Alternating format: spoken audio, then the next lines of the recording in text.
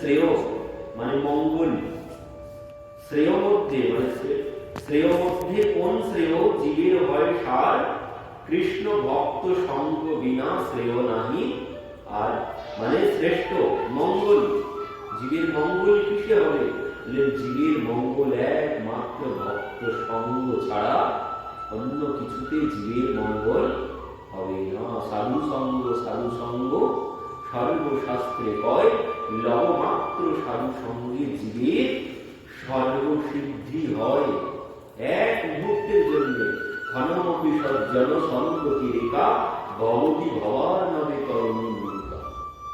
ঘনমপি সজ্জন, এক ক্ষণ যদি সজ্জনের সঙ্গ হয়ে যায় ওটাই তোমাকে পার করে নিয়ে যাবে। এক ক্ষণ সাধু সঙ্গ যদি তুমি করতে পারো, ওই সাধু সঙ্গ তোমাকে এই ভবসমুদ্র পার করে দেবে। এই সাধু সঙ্গের এমন মহিমা, সাধু সঙ্গের এমন মহিমা। তো বললেন সাধু সঙ্গ কলিযুগে আবার অনেকে সাধু বিশ্বাসী করে। কলিযুগে সাধু পাওয়া অর্থ জানি না, সাধু গুরু রূপে গোড়া আহিলা নদীরা। তো ভগবানও এসেছেন, ভগবানও জানেন জগতের জীব সাধু বিশ্বাস করবে না করবে। সাধু আছে, সাধু নেই তা না, ভেজালও যেমন আছে অরিজিনালও আছে, সব জায়গায় সব রকমই আছে। তো একমাত্র সাধু সঙ্গ। তো বললেন সাধু সঙ্গ, আমি প্রকৃত সাধু সঙ্গ পাবো কোথায়? সব জায়গায় ভেজাল, সাধুর মধ্যেও ভেজাল। তো প্রকৃত সাধু সঙ্গ কোথায় পাবো? তো বললেন প্রকৃত সাধু সঙ্গ হচ্ছে এই কথা, প্রকৃত সাধু সঙ্গ হচ্ছে এই কথা।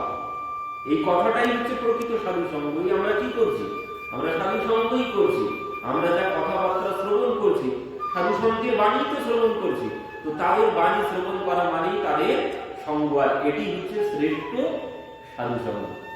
সাধু সঙ্গের এমন মহিমা, এক ক্ষণ যদি কেউ কোন সাধু সন্ত, প্রকৃত সাধু সন্তের সংস্পর্শে এসে যায়, তার কল্যাণ ক্ষণমপি, এক ক্ষণ সাধু সঙ্গ করলেই তার কল্যাণ হয়ে যাবে। কত কত প্রমাণ আছে। একজনা তুকারামজি খুব বড় সন্ত ছিলেন।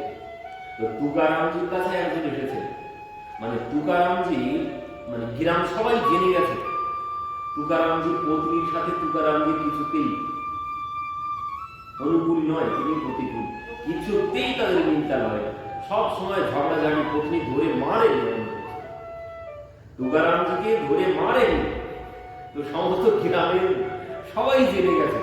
তো একদিন একটা ছেলে এসেছে, 24-25 বছর বয়সে একটি ছেলে এসেছেন, এসে বলছেন তুকারামজি, আপনার পত্নী তো সবাই জানে অনুকূল না, আপনিও জানেন, তো আপনার পত্নীকে আপনি সহ্য করেন কি করে, আছেন কি করে একসাথে, একসাথে আপনি আছেন কি করে?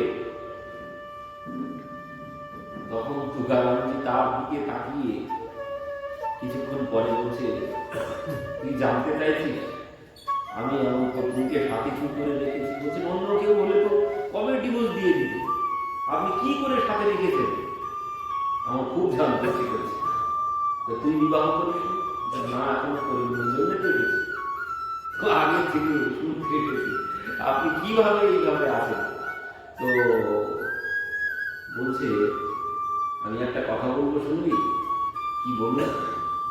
তুই আমার কাছে যে প্রশ্ন জানতে চেয়েছি তার থেকে বড় একটি তোর প্রয়োজনীয় কথা আমি বলবো, শুনবি না? আমার উত্তরটা আগে জানতে চাইছি, মানে তোর জন্য যেটি কল্যাণ হবে সেটি আমি বলতে পারি। আমি যা তোকে দেখে যা তোর অবস্থা দেখতে পাচ্ছি, তোর যাতে কল্যাণ হবে সেটি শুনতে চাচ্ছিস, না আমার এই প্রশ্নের উত্তর, মানে আমি কি করে আছি সংসারে সেটি জানতে চাইছি?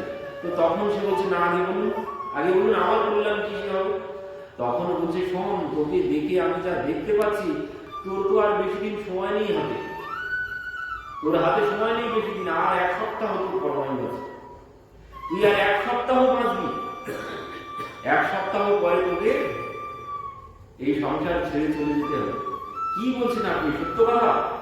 সত্য মানে আমাকে যদি বলিস ভগবানের চরণে হাত দিয়ে বলতে, তাও বলবো, তোর পরমায়ু মাত্র আর 7 দিন আছে। এই কথা শুনে তো তার মন হয়ে গেছে। তখন এবার বলছেন, তাহলে এখন আমি কি করবো? এখন আর কি করবি? কোনো কিছু করার নেই, যে কয়েকদিন আছিস ভগবানের নাম করতে থাকা, আর কোনো কিছু করার নেই। এই কথা শ্রবণ করে তার আর ওই যে তুকারামজির অবস্থা, ওসব প্রশ্নের উত্তর আর বলছে না, দরকার নেই বলে এবার সে বাড়িতে চলে গেছে। এবার যার কাছে যা অপরাধ হয়েছে সবার কাছে দেখা হলে কথা বলতো না, শত্রু মিত্র কোনো বিচার নেই, সবাইকে গিয়ে প্রণাম করছে, সবার সাথে খুব ভালোভাবে কথা বলছে। শত্রু মিত্র আর কোনো বিচার তার কাছে নেই, সবার সাথে কত হেসে হেসে কথা বলছে। আর কি করছে, সর্বক্ষণ ওই মন কিন্তু 7 দিন পরে চলে যাব, ওই মন এবার ভগবানের চরণে, সর্বক্ষণ ভগবানের নাম, ঘরে যতক্ষণ থাকেন সর্বক্ষণ ভগবানের নাম, আর ওই বাইরে বার হলে যাকে দেখা হবে তার সাথে খুব সুন্দরভাবে, শত্রু মিত্র আর কোনো বিচার নেই, সবার সাথে খুব হেসে হেসে কি সুন্দর ব্যবহার করছে। এখন এবার কি হয়েছে, ভাগ্যক্রমে 7 দিন কেটে গেছে। 7 দিনের পর যখন 8 দিনে পড়েছে, ছুটে এসেছে। আপনি যে বলেছিলেন আমি 7 দিন বাঁচবো, আজকে তো 8 দিনে পড়েছে। তখন বলছেন, শোন, আমি যে বলেছিলাম তুই 7 দিন বাঁচবি, তো তুই এই 7 দিনে কি কি করেছিস? এই 7 দিনে আমি তো শত্রু মিত্র কোনো কিছু বিচার করিনি, সবার সাথে খুব ভালোভাবে ভালোবেসে হেসে খুঁজে সবার সাথে হাসি মুখে কথা বলেছি, কারোর সাথে কোনো দ্বিধা দ্বন্দ্ব আমার কোনো কিছু নেই। আর সর্বক্ষণ ভগবানের নাম করেছি, যতক্ষণ ঘরে থেকেছি ততক্ষণ ভগবানের নাম করেছি, আর অন্য কোনো চিন্তা ভাবনা করছি না। আর কোনো চিন্তা ভাবনা থাকে? 7 দিন যদি কেউ জেনে যায় মাত্র 7 দিন থাকবো, আর অন্য কোনো চিন্তা ভাবনা আসবে? কোনো চিন্তা ভাবনা নেই। তো ওই ভগবানের নাম করছে, আর ভাবছি আজ 1 দিন গেল, কাল 2 দিন গেল, আর ওই ভগবানের নাম। তো বলছি, দেখ তুই যে প্রশ্ন করেছিলি ওই প্রশ্নের উত্তর এর মধ্যেই আছে, ওই প্রশ্নের উত্তর এর মধ্যেই আছে। কেন বলছি, ওই উত্তর কি হবে? না, আমিও ওইভাবেই কাটিয়ে দিচ্ছি, আমিও ওইভাবেই কাটিয়ে দিচ্ছি। ও পত্নীর বিচার আমি করছি না, আমার সময় যে কখন শেষ হয়ে যাবে তার কোনো ঠিক ঠিকানা নেই। আমি সর্বক্ষণ ভাবি হয়তো আমার সময় শেষ হতে চলেছে, আমার সময় হয়তো শেষ হতে চলেছে। এই জন্যে আমি সর্বক্ষণ ওই নামের মধ্যে ডুবে থাকি, আমার সময় হয়তো শেষ হতে চলেছে। এই ভেবে আমি সর্বক্ষণ নামের মধ্যে ডুবে থাকি। ও পত্নী কি ব্যবহার করলো না করলো তাতে কোনো কিছু, কে কি ব্যবহার করলো না করলো কোনো কিছু ভাবনা চিন্তা করার আমার সময় নেই। কখন চলে যাবো তার কোনো গ্যারান্টি আছে? তার কোনো গ্যারান্টি নেই। তো আমাদেরও ওই একই অবস্থা, আমাদেরও একই অবস্থা, আমরা কখন চলে যাব না যাব তার কোনো গ্যারান্টি নেই। তো সেই জন্য সর্বক্ষণ ভগবানের কথা শ্রবণ কীর্তন স্মরণের মধ্যে ডুবে থাকতে হবে। তো এইটুকু সময় সঙ্গ করে, সাধু সঙ্গ করে সে কি হলো, সে মহান সাধুতে পরিণত হয়ে গেল। পরবর্তীতে সে মহান সাধুতে পরিণত হয়ে গেল এইটুকু সময় সাধু সঙ্গ করে। তো এই হচ্ছে সাধু সঙ্গের মহিমা, এই সাধু সঙ্গের মহিমা। আর কত কত প্রমাণ আছে। একজন ব্যাগ ছিলেন, ব্যাগ মানে সর্বক্ষণ কি করতেন, ওই বনে জঙ্গলে ঘুরে ঘুরে ওই পশু পাখি শিকার করত। পশু পাখি শিকার করতে করতে একদিন কি হলো, সেই জঙ্গলের মধ্যে দিয়ে দেবর্ষি নারদ যাচ্ছিলেন। দেবর্ষি নারদের সঙ্গে দেখা হয়ে গেছে। দেবর্ষি নারদ কি করছে, ওই দেখছেন যে ওই এক গাছের নিচে অনেকগুলো পাখি জীব জন্তু সব বানে বিদ্ধ হয়ে পড়ে আছে, তারা ছটফট করছে, প্রাণ কারো যায়নি, সবাই ছটফট করছে। সম্মুখে দেখছেন ধনুর্বাণ নিয়ে সেই ব্যাগ দাঁড়িয়ে আছে। তখন বলছেন, হায় হায়, তুমি এদেরকে এইভাবে হত্যা করেছো? বলছেন, হ্যাঁ, কেন? এই তো আমার কাজ, এদের দিয়েই আমার পেট চলে, এই কর্ম করেই আমার পেট চলে। হায় হায়, তুমি কি করেছো জানো? এই যন্ত্রণা একদিন তোমাকেও তো ভোগ করতে হবে। এরা যেভাবে যন্ত্রণা পাচ্ছে এই যন্ত্রণা তোমাকেও ভোগ করতে হবে একদিন। বলছেন কি? বলছেন, হ্যাঁ, তুমি যেভাবে এদেরকে আর বানে বিদ্ধ করে রেখেছো এই জায়গায় তোমাকেও একদিন আসতে হবে। তো এর থেকে বাঁচার উপায় এর থেকে বাঁচার উপায় একটা আছে, তুমি যদি আমার কথা শুনে চলো। কি বলছেন? তুমি যাও স্নান করে এসো। তো স্নান করে এসেছেন। যখন স্নান করে এসে দাঁড়িয়েছেন, তখন ওই মহামন্ত্র তার কর্মে প্রদান করেছেন। প্রদান করে বলছেন, দেখো এই ধনুর্বাণ গেল, আর হাত দেবে না, এই নাম সর্বক্ষণ করতে থাকো, এই নাম সর্বক্ষণ করতে থাকো। তো আমার পেট চলবে কি করে? আমার পেট চলবে কি করে আমি যদি সর্বক্ষণ নাম করতে থাকি? তোমার পেট চালানোর জন্য তোমার চিন্তা করতে হবে না, তুমি এই নাম করতে থাকো, দেখবে সব ব্যবস্থা তোমার হয়ে যাবে। খাইতে শুইতে যথা তথা নাম লয়, দেশ কাল নিয়ম নাস্তি, সর্বসিদ্ধি হয়। এখানে সব কিছু পাওয়া যাবে। এ নামে এমনই করুণা, এমনই তাহার জাদু। তো তুমি নাম করতে থাকো, দেখো তোমার সব ব্যবস্থা হয়ে যাবে। এই কথা দেবর্ষি নারদের কথা শ্রবণ করে সে বসে বসে নাম করতে শুরু করেছে। দেবর্ষি নারদ গ্রামে গিয়ে বলছে, জানো তোমাদের এই জঙ্গলে একটা ব্যাগ ছিল? না জানি। সেই ব্যাগটা এখন আর ব্যাগ নেই। কেন, কি হয়েছে? সে তো এখন পরম বৈষ্ণব সাধুতে পরিণত হয়েছে, তাই নাকি? হ্যাঁ, যদি না বিশ্বাস হয় দেখে এসে অমুক জায়গায় গাছের তলায় বসে আছে, বসে বসে এখন সর্বক্ষণ দিন রাত 24 ঘন্টা ভগবানের নাম করে। তাই নাকি? এত বড় সাধু হয়ে গেছে? হ্যাঁ, এত বড় সাধু হয়ে গেছে। এই গ্রামের মানুষ তারা শুনে বলছে, তাহলে তো একদিন দেখতে যেতে হবে। এইবার যখন দেখতে যাচ্ছেন, তখন কি করেছে? এবার সাধু দর্শনে যাব, খালি হাতে তো যাওয়া যায় না, যার যেমন সামর্থ্য অনুযায়ী সবাই হাতে করে নিয়ে চলেছে। এবার গিয়ে সাধুর সম্মুখে গিয়ে সত্যি তো গিয়ে দেখছেন বসে বসে সেই জ্ঞান ভগবানের নাম করছে। তো তাকে দর্শন করে প্রণাম করে যে যা নিয়ে গেছে দক্ষিণা সব দিয়েছে। এবার কি হলো? দিনের শেষে দেখলেন ব্যাগ যে যার দক্ষিণা চাল ডাল পড়েছে, খুব ভালোভাবে দিন চলে যাবে, কোনো অসুবিধা নেই। তখন ভাবছেন, তাহলে আমার গুরুদেবী ব্যবস্থা করেছে। এই ব্যাধের বিশ্বাস হয়ে গেল, ব্যাধের বিশ্বাস হয়ে গেল। সে এখন প্রত্যহ ওই নাম করতে থাকে, আর পশু পাখি শিকার সে করে না। একদিন কি হলো, কেমন পরিবর্তন হয়েছে দেখুন।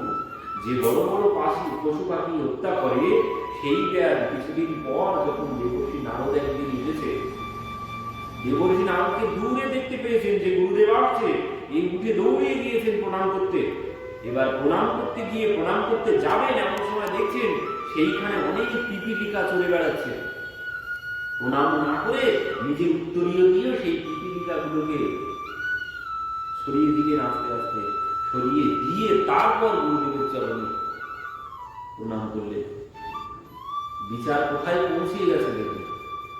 যে পশু পাখি হত্যা করত, সেই ব্যাগ এখন একটা পিপিলিকাও যেন আমার চাপে প্রাণ না হারায়। এমন পরিবর্তন হয়েছে সাধু সঙ্গে। দেবর্ষি নারদের সঙ্গ করে, সপ্ত ঋষির সঙ্গ করে, সেই কার পরিবর্তন হল? রত্নাকর দোষ, সে বাল্মীকি হয়ে গেল। সপ্ত ঋষিকে পেয়ে ঋষিরা তো নির্ভয়ে চলেছেন, তাদের কোনো ভয় নেই, কারণ তাদের কাছে কোনো কিছু নেই, চোরে কি চুরি করবে। কিন্তু এই এত বড় দেখাচ্ছিল, সেই ঋষিকে ধরেছে। ঋষিরা বলছেন, তুমি আমাদের কাছ থেকে কি নেবে? আমাদের কাছে তো নেওয়ার মতো কিছু নেই। তো বলছেন, না, ওই যে আমাদের হাতে কমণ্ডলু আছে, ওটা নেব, ওটা বিক্রি করেও তো কিছু হবে। আর গলায় মালা আছে, যেন মালাগুলো খুলে নেব। মালা খুলে নিয়ে কি করবে? ওগুলো বিক্রি করলেও তো কিছু পয়সা হবে। সপ্ত ঋষি বলছে, বাপ রে বাপ, এমন দেখা তো আমরা কোনোদিন দেখিনি। তখন ভাবছি, এর তো কল্যাণ করা প্রয়োজন, কারণ আমাদের সম্মুখে যখন পড়েছে একবার, এর কল্যাণ করতেই হবে, না হলে সাধু সঙ্গে তো মহিমায় থাকবে না। তো এই জন্য বলছেন, শোনো শোনো, তুমি যে আমাদের কাছ থেকেও এগুলো নিতে চাইছো, তো তুমি এসব নিয়ে করবে কি? এসব নিয়ে করবে কি? কেন আমার সংসার চালাবো? তোমার সংসারে কে আছে? আমার সংসারে আমার মাতা আছে, পিতা আছে, আমার পত্নী আছে, আমার পুত্র আছে, তাদের জন্য আমি এই সমস্ত করি। তো তুমি যে এই কর্ম করছো, জানো এই কত বড় পাপের কর্ম? তুমি যে কর্ম করছো, এতে কত বড় পাপ হচ্ছে জানো? তো তোমার এই পাপের ভাগ কে নেবে? কেন? যাদের জন্য করছি তারাই নেবে। যাদের জন্য আমি এই কর্ম করছি তারাই এই পাপের ভাগ নেবে। গ্রহণ করবে? কেন গ্রহণ করবে? তো তুমি যাও তো একবার শুনে এসো তাদের কাছে, তোমার এই পাপের ভাগ তারা নেবে কিনা, গ্রহণ করবে কিনা। ও বুঝেছি, আমাকে কি আপনারা বোকা পেয়েছেন? আমি চলে যাই আর আপনারা চলে যান? অতটা বোকা আমি না। দেখো, তোমার কোনো চিন্তা করতে হবে না, আমরা এখানেই থাকবো, কোথাও যাব না। তুমি একবার গিয়ে শুনে এসো। না, আমি বিশ্বাস করতে পারছি না। তো তোমার কি করলে বিশ্বাস হবে? বলছেন আমি আপনাদের এখানে হাত পা সব বেঁধে রেখে যাবো। ঠিক আছে, তাই করো। তো সেই সপ্তঋষির হাত পায়ে দড়ি দিয়ে বেঁধে চলে গেলেন বাড়িতে। বাড়িতে গিয়ে পিতার কাছে গেছেন, পিতা, আমি যে এই কর্ম করে সংসার চালাচ্ছি, তো এই পাপ কর্ম শুনলাম কি নাকি খুব পাপের কর্ম, তো এই পাপের ভাগ কি তুমি নেবে? পিতা বলছেন, আমি তোর পাপের ভাগ কি জন্য নিতে যাবো? তুই ছোট ছিলি, আমি তোকে বড় করেছি, আমার দায়িত্ব আমি শেষ করেছি, এখন তোর দায়িত্ব। বৃদ্ধ অবস্থায় তুই কি করে খাওয়াবি না খাওয়াবি সেটি তোর দায়িত্ব। তুই পাপ করিস আর পূর্ণ করিস, তার ফল তোকেই ভোগ করতে হবে। তাহলে তুমি নেবে না, আমি কি জন্য নেব?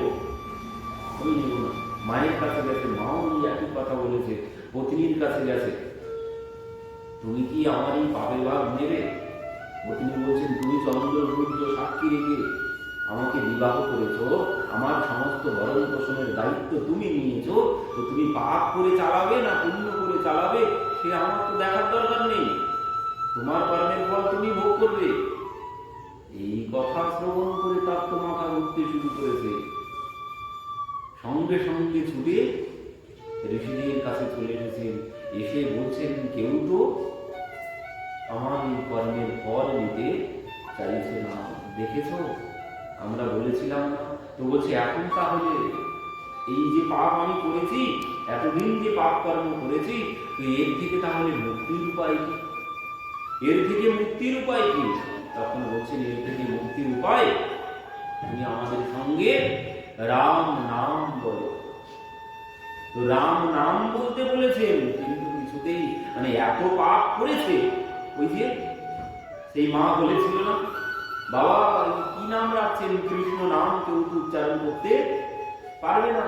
গর্গাচার্যজি বলছেন, হ্যাঁ মা, এই নাম সবাই উচ্চারণ করতে পারবে না, পাপী ব্যক্তি কৃষ্ণ নাম বলতে পারে না, পাপী ব্যক্তি কৃষ্ণ বলতে গিয়ে কৃষ্ণ উচ্চারণ করবে, সে শুদ্ধভাবে কোনদিন কৃষ্ণ নাম বলতে পারবে না। তো এ এত পাপ করেছে, কৃষ্ণ নাম কঠিন, কিন্তু রাম নামের মতো আরাম আর কোথাও নেই। রাম নাম বললেও আরাম, তো রাম নাম বলতে পারছে না, এত বড় পাপ, এত বড় পাপ, এত পাপ করেছে, সে রাম নাম উচ্চারণ করতে পারছে না। তখন ঋষিরা ভাবছেন, আরে এর রাম বলতে পারছে না, তাহলে একে দিয়ে কল্যাণ কি করে হবে, এর কল্যাণ কি করে হবে? তখন তারা চিন্তা ভাবনা করে বলছে, তুমি করো কি, তোমার কাজ কি? যে মার কাঠ, এই হচ্ছে আমার কাজ, যাকে পাই ধরে মারি, মেরে ধরে তার কাছ থেকে ওই সব ছিনিয়ে নেওয়া, এটা তো আমার কাজ। তো এই মারা ধরার থেকে তারা বলছেন, ঠিক আছে, মানে ওই রাম নাম উল্টে দিয়ে কি হয়, মরা। ঋষিরা দেখলেন যে উল্টে দিয়ে ওই মারা ধরার সাথে কিছুটা মিল আছে, তো বলছে, তুমি যখন এই মার ধরে কথা বলতে পারছো, তো এই মরা বলতে পারছো কিনা দেখো। তো তখন ওই বলছেন, হ্যাঁ মরা বলতে পারছে, রাম বলতে পারছে না, কিন্তু রাম নাম উল্টে দিয়েছে, দিয়ে মরা যখন বলেছেন, হ্যাঁ মরা বলতে পারে, কারণ এ তো ওই কাজ তার ওটাই, ওই মরা। বলছেন, ঠিক আছে, তুমি এখানে বসে বসে এই মরা মরা মরা মরা মরা মরা জপ করতে থাকো, এতেই তোমার কল্যাণ হয়ে যাবে। তো সেই রত্নাকর দস্যু উল্টা নাম জপত জগদানা, বাল্মীকি ভাই ব্রহ্ম সমানা। উল্টো নাম জপ করতে করতে সে ব্রহ্ম সমান, মানে ভগবানের সমান হয়ে গেছে, সেই ডাকাত ভগবানের সমান হয়ে গেছে। তো মহাপ্রভু এই জন্য বলেছেন, নাম অপি শুনেছি করণীয় সহিষ্ণুনা অমানীন মানদিন কীর্তনীয় সদা হরি। কীর্তনীয় সদা হরি মানে যিনি এই সমস্ত ধাপ পার করে তৃণাগতে শুনিছেন তরবীব সহিষ্ণুনা অমানীন মানহীন কীর্তনীয় সদা হরি। কি সেটিকার মানুষ থাকবে না, সদা হরি মানে সেই ভগবানের স্বরূপ লাভ করবে। ব্রহ্ম সমানা হয়ে গেছে, মরা মরা বলতে বলতে ব্রহ্মের সমান মানে ভগবানের সমান। বাল্মীকি সে ব্রহ্মের সমান মানে ভগবানের সমান হয়েছে। তো যিনি এইভাবে মহাপ্রভু এই জন্য বললেন, যিনি এই তৃণাগতে শুনেছেন হয়ে এই নাম করতে পারবেন, তিনিও আর কেউ সাধারণ কোন ব্যক্তি থাকবেন না, তিনি স্বয়ং ভগবানের সমান হয়ে যাবেন। তবে তার এই ধাপ শর্তগুলো হচ্ছে তৃণাগতে শুনেছেন মানে তৃণের থেকেও নিচু হতে হবে। তৃণাগতে শুনেছেন তরবীব সহিষ্ণুনা বৃক্ষের মতো সহনশীল হতে হবে। অমানীন মান দেন মানে যাকে কেউ মান দেয় না তাকেও সম্মান দিতে হবে। একটা কুকুরকেও প্রণাম করার কথা বলেছেন মহাপ্রভু, একটা কুকুরকেও প্রণাম করার কথা বলেছেন। তো যাকে কেউ মান দেয় না, কিন্তু আমরা তো পারি না, আমরা যার মান নেই তাকে মান দিতে পারি না, যার মান আছে তাকে মান দিই আমরা।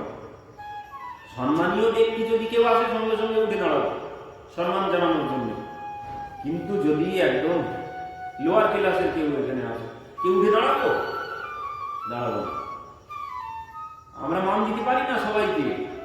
মহাপ্রভু বলছেন সবাইকে মান দিতে হবে, যার মান নেই তাকেও মান সম্মান দিতে হবে। দিয়ে যদি তুমি এই নাম করতে পারো আর নিজের মানের আশা সব বিসর্জন দিতে হবে, কোথাও যেন নিজের মানের আশা না থাকে। এইভাবে তুমি যদি নাম করতে থাকো তাহলে কি হবে, তুমি আর মানুষ থাকবে না, তুমিও ব্রহ্মের সমান হয়ে যাবে।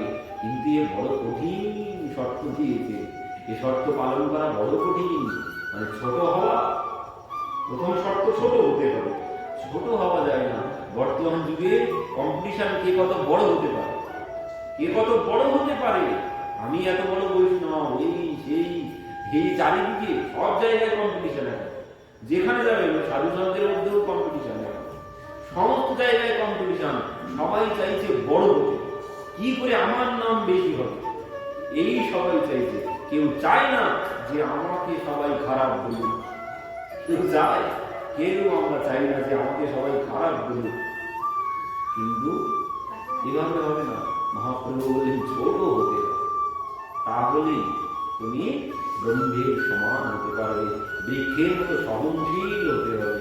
কেউ কিছু বললে, কোনো কিছু বিচার করলে হবে না। কেউ যদি খারাপ বলে তাকে আরো বেশি করে সুনাম গাইতে হবে, তাকেই ভালোবাসতে হবে। আমরা কাকে, আমার যে সুনাম করবে আমি তাকে ভালোবাসবো। আমাকে যদি কেউ খারাপ বলে তাকেও আমি উল্টো সঙ্গে সঙ্গে জবাব দিয়ে দেবো। এমন নয় বলছেন যে তোমাকে খারাপ বলবে সেই তোমার প্রকৃত বন্ধু। তুলসীদাস বলছেন সেই তোমাকে উপকার করলো, মানে তোমার খারাপ দিকটা দেখিয়ে দিল, আর কি করলো, সে তোমার খারাপটা নিয়ে নিল, সে তোমার খারাপটা নিয়ে নিল। প্রকৃত বন্ধু ওই যে তোমার সুনাম দিয়েছে, ও তোমার বন্ধু না। মানে সুনাম শ্রবণ করলে কি হয়, ওই গুণ নষ্ট হয়ে যাবে, ওই গুণ নষ্ট হয়ে যাবে। কিন্তু যদি কেউ দুর্নাম করে, ওই দুর্নাম কি হবে, তোমার সমস্ত দুর্নাম সে নিয়ে নিচ্ছে। এই তো প্রকৃত বন্ধু বলছেন, সে জীব দিয়ে চেটে চেটে নোংরা পরিষ্কার করছে তোমার। যে তোমার দুর্নাম করছে সে জীব দিয়ে চেটে তোমার নোংরা পরিষ্কার করছে, মানে তোমার সমস্ত দুর্নাম সেই নিয়ে নিচ্ছে। তো প্রকৃত বন্ধু সেই, তাকে ভালোবাসতে হবে। কিন্তু আমরা পারবো না, যে কেউ যদি আমাকে দুর্নাম করে আমি তাকে ভালোবাসতে কিছুতেই পারবো না। তো এই জন্য এই শর্ত পালন করা বড় কঠিন। কলিযুগে এই শর্ত পালন করা মানে বৃক্ষের মতো সহনশীল, ও সুনাম দুর্নামে কোনো বিচলিত হলে চলবে না, কোনো বিকার আসবে না। সুনামেও কোনো বিকার আসবে না, আর দুর্নামেও কোনো বিকার আসবে না। এটাই হচ্ছে সাধুর স্বরূপ। কিন্তু আমাকে যদি কেউ কিছু বলে এক্ষুনি সঙ্গে সঙ্গে আমি তার উত্তর দিয়ে দেবো, এ কোনো সাধুর পরিচয় নয়। আর এই মান দিয়ে নিজে মানের আশা ত্যাগ করে যদি নাম করতে পারি তাহলেই আমার কল্যাণ সম্ভব, তার আগে নয়। তো এই সাধু সঙ্গই হচ্ছে একমাত্র জীবের মঙ্গলের পথ। জীবের মঙ্গলের পথ হচ্ছে একমাত্র সাধু সঙ্গ। সাধু সঙ্গ ছাড়া কিছুতেই কল্যাণ সম্ভব নয়। এই জন্য ভাগবতে বলছেন, তাপ সর্ব অপবর্গ সুখ ধরি তুলা এক অঙ্গ, তুলনা তাহি সকল মিল जो সুখ লহ সৎসঙ্গ। কি বলছে? তাপ সর্ব অপবর্গ সুখ ধরি তুলা এক অঙ্গ। বলছে ওই দাঁড়িপাল্লার একদিকে যদি ওই সর্ব অপবর্গ যত প্রকারের সুখ আছে, যত প্রকারের সুখ আছে সব যদি দাঁড়িপাল্লার একদিকে দেওয়া হয়, আর একদিকে যদি সাধু সঙ্গ রাখা হয়, এই সাধু সঙ্গের সমান সর্বসুখ অপবর্গ সুখ যত রকমের সুখ আছে ওই সুখ কোনদিন এই সাধু সঙ্গের সমান হতে পারে না। এই জন্য বললেন একমাত্র সাধু সঙ্গই জীবের কল্যাণের পথ। সাধু সঙ্গ ছাড়া জীবের কিছুতেই কল্যাণ সম্ভব হবে না। এই জন্যেই বলছে কি, সাধু দর্শনে যায় মনের ময়লা দর্শনে ওঠে প্রেম করণ। সাধু দর্শন করলেই কল্যাণ হবে। সাধু সঙ্গ তো পরে, সাধু দর্শন করলেই কল্যাণ হয়ে যাবে। এমন এমন অনেক প্রমাণ আছে। দর্শন করেই সেই বেশ্যা ছিল না, পিঙ্গলা বেশ্যা, পিঙ্গলা বেশ্যা বসে আছে অনেক দূরে, দত্তাত্রেয় ঋষি বসে আছে আরো অনেক দূরে গাছতলায়, দুইজন দুই গাছতলায় অনেক দূরে দূরে বসে আছে। তো সে পিঙ্গলা বসে আছে, তার চিন্তা ভাবনা নেই। তো বলছেন ওই যে ঋষির গায়ে থেকে, ঋষি দত্তাত্রেয় ঋষির গায়ে বাতাস লেগে, ওই বাতাস এসে পিঙ্গলার গায়ে লেগেছে। পিঙ্গলার গায়ে বাতাস লেগেছে, ঋষির গায়ে বাতাস লেগে যখন এর গায়ে সেই বাতাস স্পর্শ করেছে, সেই বাতাসের স্পর্শের সাথে সাথে মনের চিন্তা ভাবনা সব, যে জন্য সে পথে দাঁড়িয়েছিল, সে বলছে হায় হায় হায়, আমার মতো হতভাগী আর জগতে নেই, আমার মতো হতভাগী আর জগতে নেই। আমি এই পাপ বাসনা নিয়ে এই রাস্তায় দাঁড়িয়ে আছি, আমি এই পাপ কর্ম নিয়ে আমার জীবন অতিবাহিত করছি। ঋষি রঙ্গের বাতাস লেগেছে। এই জন্য বললেন সাধু দর্শনে যায় মনের ময়লা পরশনে ওঠে প্রেম তর্ক। এদের দর্শনও লাগছে না, পরশনও লাগছে না, সাধু রঙ্গের বাতাস এসে পিঙ্গলা সাধু হয়ে গেল। ভাগবতে আছে পিঙ্গলার কথা, সে বড় বড় জ্ঞানের কথা বলেছে পরবর্তীতে। শুধুমাত্র এই সাধুর গায়ের অঙ্গের বাতাস স্পর্শ। এই জন্য সাধু সঙ্গ ছাড়া, তাই সে যত বড় নিচু ব্যক্তি হোক না কেন, সে যদি একবার সাধু সঙ্গ করতে পারে, তার কল্যাণ অবশ্যম্ভাবী হবেই হবে। সাধু দর্শনে তার সমস্ত মনের ময়লা সব দূর হয়ে যাবে। কত আর কত প্রমাণ আছে সাধু সঙ্গে, সাধু সঙ্গে এত প্রমাণ আছে, বলতে থাকলে তো সে সবই না কিছুতেই। সাধু সঙ্গ না, সাধু সঙ্গই, কারণ এই ভাগবত কথার মতো সাধু সঙ্গ আর নেই। এই যে কবিদাসজির কথা শ্রবণ করেছি আমরা, নামদেবজির সঙ্গ করা হয়ে যাচ্ছে, তুলসীদাসজির সঙ্গ করা হয়ে যাচ্ছে তাদের কথাতে। তো একজনা ঠিক কি হয়েছে, ওই তারও সংসারে সবসময় সময় তো নেই, মানে ঝগড়াঝাটি লেগেই থাকে, তারও পত্নী অনুকূল নয়। তো সে একদিন এই মনের দুঃখে পথে চলতে চলতে ওই ভাগবতের আসর দেখেছে। এবার ওই সেখানে গিয়ে কথা শুনতে বসেছে। এবার কথা শুনতে শুনতে কথা ভালো লেগে গেছে, সেখানে সে 7 দিন ধরে কথা শুনেছে। ভাগবত সপ্তাহ হচ্ছিল, 7 দিন কথা শ্রবণ করেছে। এবার কি হয়েছে, বাড়িতে আসে রাত্রিতে কথা শ্রবণ করে, প্রত্যেক দিন তো আসলে ঝগড়াঝাটি হয়, কিন্তু এই 7 দিনে আর কোনো ঝগড়াঝাটি নেই। পত্নী ভাবছে কি ব্যাপার, আমার প্রতিদেবতা কোথায়? বাড়ি আসে, আর তো কোনো কথাবার্তা নয়, কোনো ঝামেলা নয়, কি ব্যাপার হলো দেখতে হয়। এবার উনি 7 দিনের পর যে 8 দিনের দিন বেরিয়েছে, সেখানে গিয়ে তো কথা বন্ধ হয়ে গেছে। 7 দিন শেষ, আরেক জায়গায় ঠিকানা নিয়েছে, সেখানে গিয়ে উপস্থিত হয়েছে। এবার পত্নী ভাবতে শুরু করেছে ব্যাপার কি হলো, প্রত্যেক দিন যায় কোথায়, আমার সঙ্গে আর কথাও বলে না ভালোভাবে, ঝগড়াঝাটিও করে না, ব্যাপার কি হলো। একদিন পিছনে পিছনে বেরিয়েছে। এবার বেরিয়ে প্রতিদেবতা চলেছেন, ইনিও চলেছেন, দেখলেন ওই প্রতিদেবতা ভাগবতের আসরে গিয়ে বসে গেছে। ইনিও এবার ভাগবতের আসরে গিয়ে বসেছে। এবার বসে ওই পাটের মাঝখানে মাঝখানে নাচ গান হয়। এখন এই ইনি তো নাচতে শুরু করেছেন, প্রতিদেবতা নাচতে শুরু করেছেন। এবার উনিও থাকতে পারেননি, সেই তাল লেগে গেছে, উনিও উঠে নাচতে শুরু করেছেন। প্রথমে গিয়েছিল তো ঘোমটা দিয়ে ভালো করে যাতে না দেখতে পায়, কিন্তু সে নাচতে গিয়ে সে ঘোমটা মাথার থেকে সরে গেছে। আর সেই ঘোমটা সরে গেছে, চোখ যেই পড়েছে পত্নীর দিকে, এনার তো নাচ বন্ধ হয়ে গেছে। ব্যাপার কি, ও এখানে কোথা থেকে এলো? এবার কথা যেই শেষ হয়েছে, দুইজনা বাড়িতে গিয়েছে। কি ব্যাপার, তুমি কি করে গিয়েছিলে? বলছেন এই যে তোমার খোঁজে তুমি কোথায় যাও দেখতে গিয়েছিলাম, তো গিয়ে দেখলাম তুমি কথা শুনতে গিয়েছো, তো আমিও ভাবলাম আমি একটু শুনে দেখি কি হয়। তো শুনতে শুনতে তো খুব ভালো লেগে গেছে। তো কি হলো, দুইজনাই এই কথা শ্রবণ করে দুইজনাই ভক্ত হয়ে গেছে।